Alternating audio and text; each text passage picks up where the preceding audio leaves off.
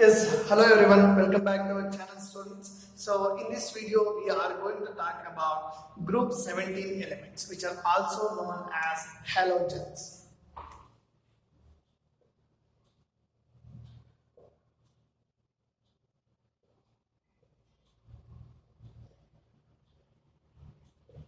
So in this group of elements we will be having fluorine followed by chlorine followed by bromine, iodine, and one radioactive element that is acetylene. Clear? So we call these group 17 elements as halogens. Halogens means halo means it is salt, okay, and gens means it is generators.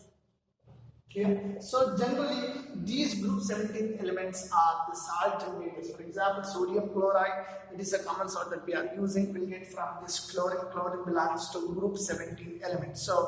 So as these results in the generation of salt, we call them as halogens. And out of this, fluorine and chlorine are highly abundant elements. That is, they are fairly abundant, they are available, no problem. And these two, bromine and iodine, and they are less abundant. And this acetylene, it is the radioactive element, and it is rarely available. Yeah, and it is a radioactive element.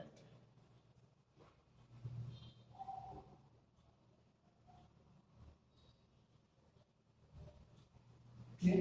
So these are the 5 elements that we will be discussing in group 17 elements. One is fluorine, one more is chlorine, bromine, iodine, and acetylene. Clear? So coming to the general electronic configuration of this group 17 elements, it is NS2, NP5. Yeah? So this is the general electronic configuration. And the valence shell electronic configuration is noble gas NS2 NP5.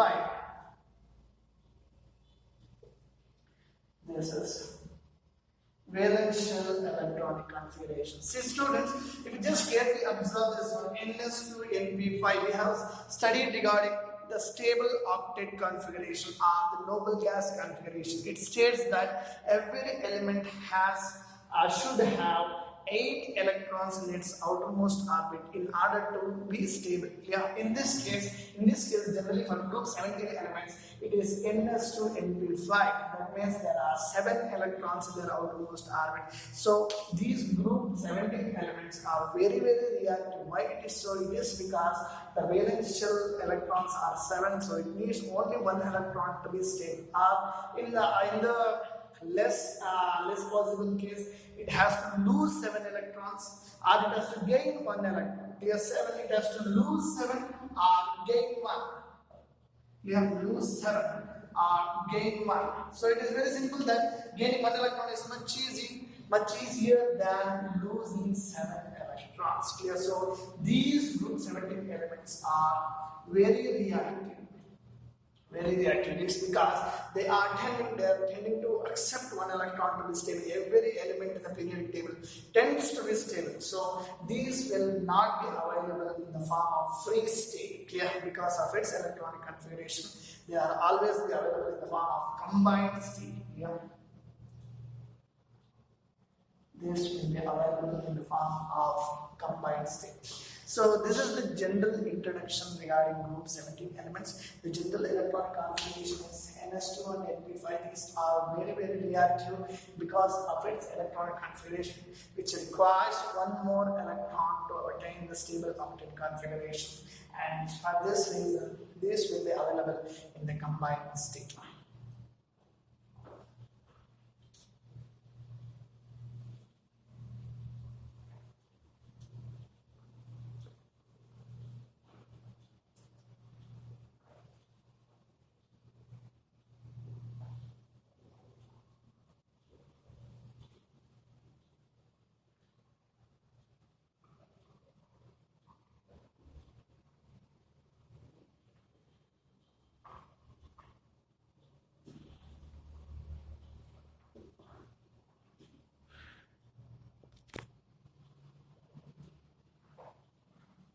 So now let us talk about the occurrence of group 17 elements, that is fluorine. Where do we get this? Fluorine, it is one of the most electronegative element that let us discuss in while we are talking about the physical properties and its strengths regarding electronegativity. So coming to occurrence, fluorine is available in the form of fluorospar, CaF2, and cryolite. You know this, cryolite, we have heard about this. And chlorine, it is available, in the form of rock salt, what we call it as common salt, that is sodium chloride, and bromine, it is available in the form of bromides, it is available in the form of respective bromides. So for example, it is sodium bromide, potassium bromide, magnesium bromide, clear? So this is available in the form of this. And iodine, it is available in the form of seaweeds. And this is regarding the occurrence of group 17 elements. Fluorine, it is available in the form of fluorospar, CaF2, cryolite, you know about that, cryolite. And chlorine is available in the form of rock salt, what we use in our daily life. Sodium chloride, it is a common table salt. And bromine, it is available in the form of their bromides. And sodium bromide, potassium bromide, and magnesium bromide. And iodine, it is available in the form of seaweeds. Okay. Coming to its oxidation states of this group 17 elements. Fluorine shows only one oxidation state, that is -1. -1 is the only one oxidation state of fluorine. And coming to chlorine, it shows -1, +1, +3, +5, and +7. Clear? And same as bromine also, it shows the same oxidation state. So this is whereas fluorine shows only -1 oxidation states, whereas chlorine and bromine shows -1 to +7 oxidation states. This is because fluorine doesn't have any d orbitals in it. Clear? So this is because of the absence of d orbitals in fluorine, whereas in chlorine, bromine, iodine, they have d orbitals, but whereas in case of fluorine, they do not have d orbitals. Clear? So this is the reason why oxidation state of fluorine is only -1.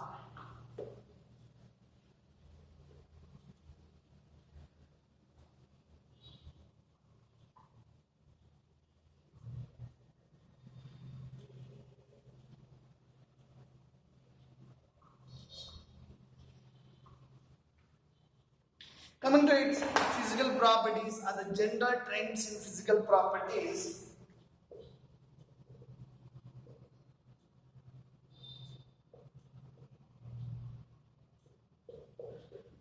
You know that fluorine is the most electronegative element in the periodic table. That means electronegativity means the capacity to attract the shared pair of electrons towards itself. Why it is more electronegative? It is because of its general electronic configuration, Ns2 Np5. It shows that it needs only one electron to obtain the stable octet configuration.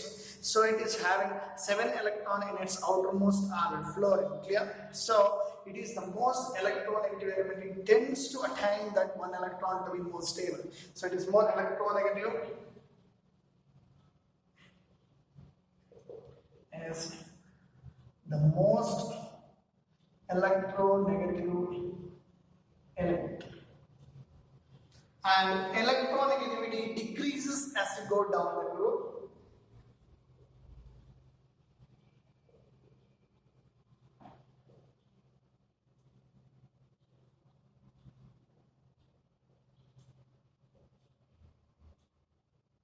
Clear? And in case of same ionization in that way also.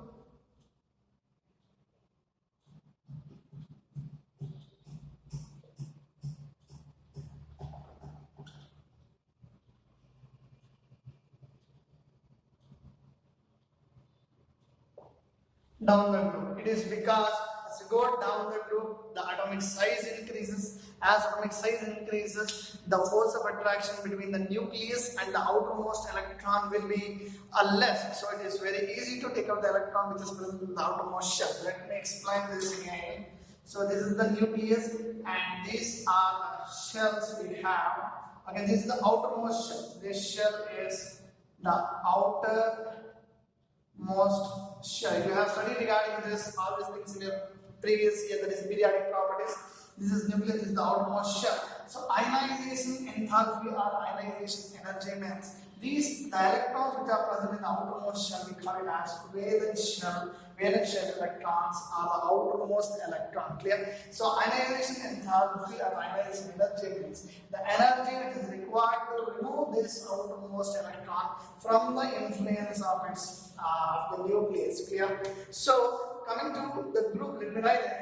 Fluorine, chlorine, bromine, iodine, aluminum, acid. Okay, if you compare these four, fluorine has only one shell. Yeah, so it means that the force of attraction between the nucleus and the outermost electron is more. So it is very difficult to take the electron out from fluorine because there is only one shell and the force of attraction between the nucleus and the outermost shell is very high. So when you go for the second shell, third shell and the outermost shells, the force of attraction between the nucleus and the outermost electron decreases. Clear? As the distance increases, as the size increases, the force of attraction decreases. If the force of attraction between the nucleus and the outermost electron is less, it is very easy to take out the outermost electron. So the ionization energy, that means the energy which is required to take out the outermost electron will be less. Clear? This is the concept behind this. And coming to this one,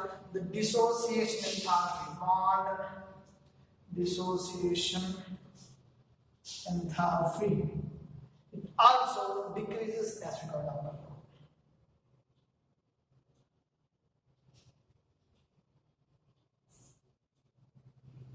Okay. So these are the common physical property trends of group 17 elements.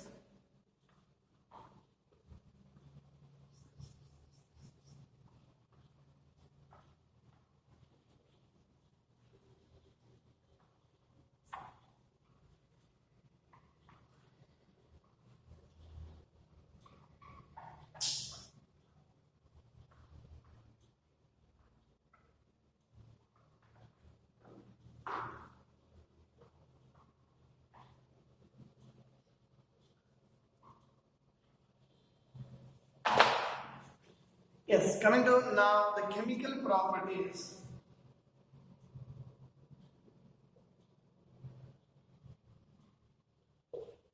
So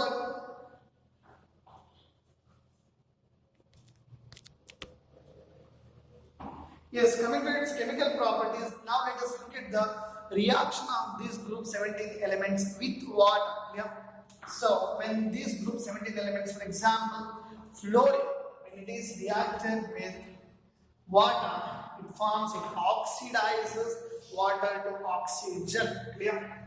So it forms H plus ion, F minus ion, and on dioxide. Clear? So it is not balanced. 2, 4, 4, and here. Write it. Again, is when fluorine reacts with water, it forms H plus ions, minus ions with dioxygen, 2 fluorines, 4 H plus ions. Clear? So it oxidizes water to oxygen. Generally, group 17 elements are good oxidizing agents, and comparingly, fluorine is a very good oxidizing agent. Fluorine is a very good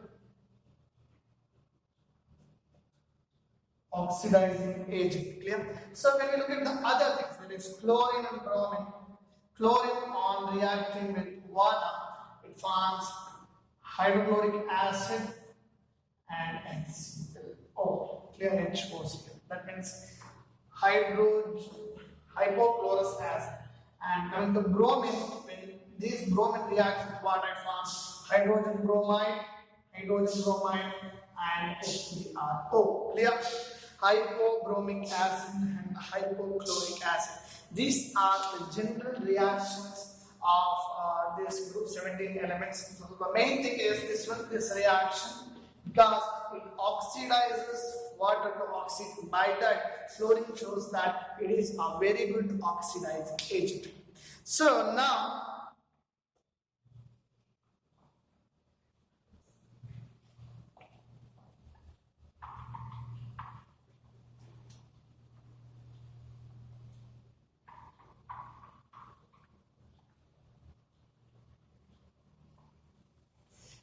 I have said you that every first element of the group shows anomalous behavior. Anomalous behavior means the behaviors which are different from the members of the other members of the group. Clear? For example, fluorine, bromine, and iodine we have. So the first member of the group is fluorine. It shows the behavior, it shows the characteristics which are different from that of chlorine, bromine, and iodine. Those properties, those different properties, we call it as anomalous behavior. And we know that what are the reasons for that? We have been studying almost we have been seeing reasons itself. Also, we will study the reasons for the anomalous behavior of fluorine. Reasons are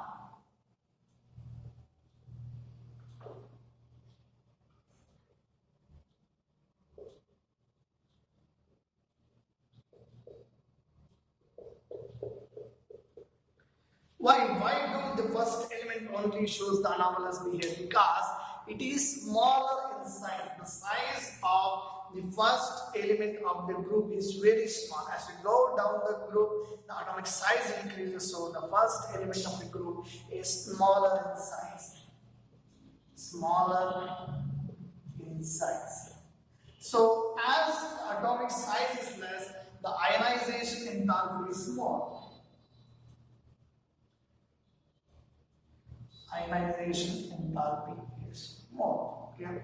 And next is electronegativity is small.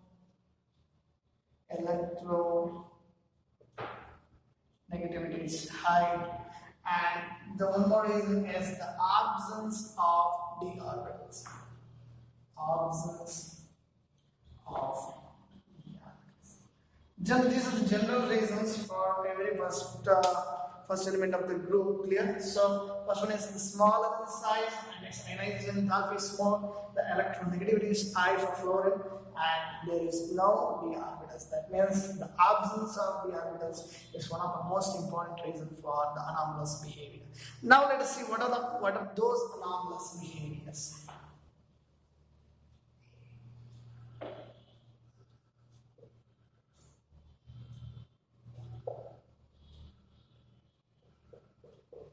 What are those? The first one is fluorine. Fluorine is a gas. It's a gas. Along with chlorine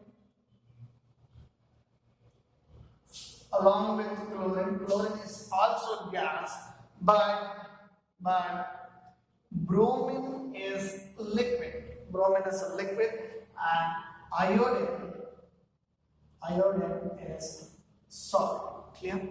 So it exhibits, second one is the first anomalous behavior, and the second one is it exhibits only one oxidation state. It exhibits only -1 oxidation state. Okay. Whereas other chlorine, bromine, it exhibits -1, +1, +3, +5, and up to +7 also. Clear? But fluorine, in case of fluorine, it exhibits only one oxidation state, that is -1. Third one is HF, that is hydrogen fluoride. Hydrogen fluoride is a gas. It's a gas, sorry, just a second. HF is a liquid, sorry. HF is a liquid, whereas all other hydrogen halides.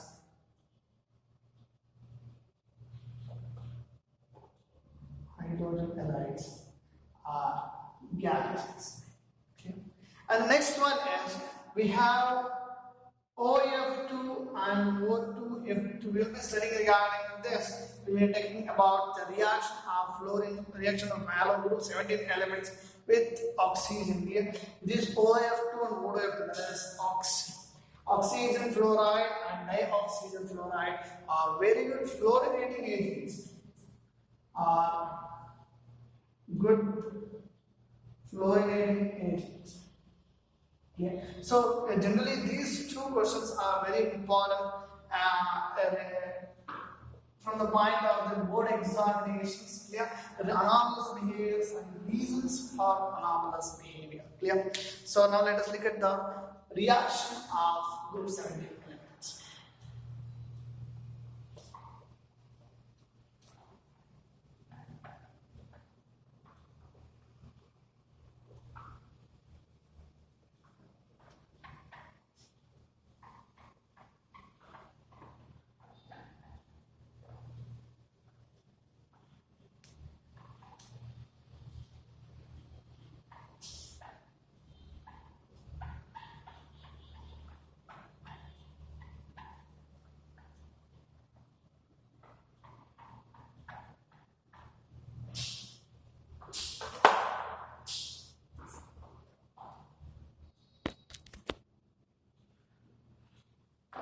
Yes, now let us look at the reactivity of these halogens, reactivity of these group 17 elements with hydrogen.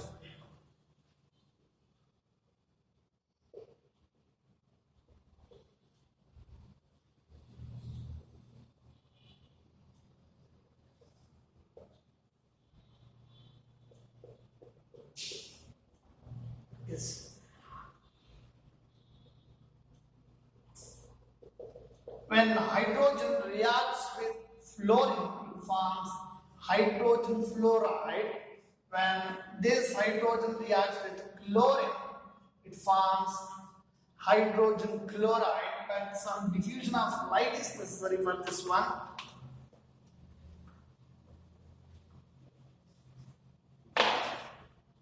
Hydrogen reacts with fluorine. In the presence of light, it forms 2H, that is hydrogen fluoride.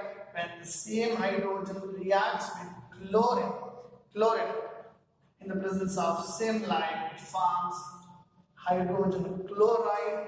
And when we are talking about the bromine, it requires some heat. Okay, it forms hydrogen bromide, 2HBr.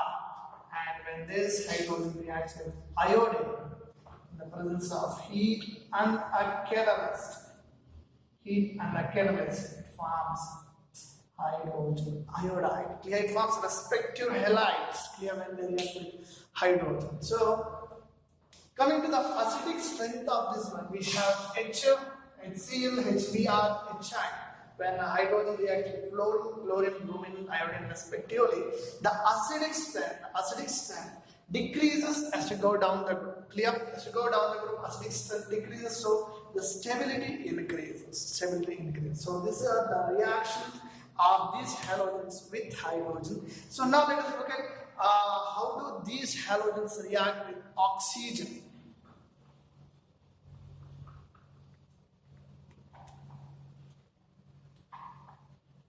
When these reacts with oxygen, it forms the respective oxides. Reactivity of halogens with oxygen. It forms respective oxides. For example, with fluorine it forms OF2 and O2F2. Here, this is oxygen fluoride. Right? Oxygen fluoride, and this is oxygen difluoride. This is dioxygen fluoride. Clear?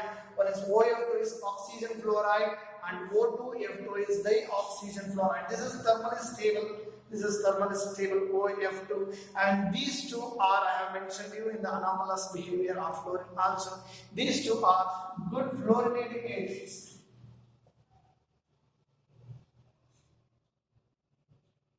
Good fluorinating agents. Clear? So this is the reaction of oxygen with fluorine and with chlorine. It forms n number of chlorides. For example, we have Cl2, ClO2, Cl2O6, again, etc. We have n number of oxides with respect to chlorines, and we have hypochlorous acids also. But let me take it in a surface level. Cl2 is dichlorooxide and dichloro monoxide, and chlorine dioxide we have, and dichlorine hexoxide we have, and we have n number of oxides. And with bromine, and in case of bromine, oxygen is not much reactive. This bromine is not much reactive with oxygen, but also it forms Br2, BrO2 also. Clear? And in case of iodine, these are non-soluble actually. I2O4 we have, and I2O5 we have, and this I2O5, it is a very good oxidizing agent. Very good oxidizing agent. So students, this is regarding the reactivity of halogens with hydrogen and oxygen. So in this video we are going to end up here, and let us continue the upcoming topic in the next video. Thank you students.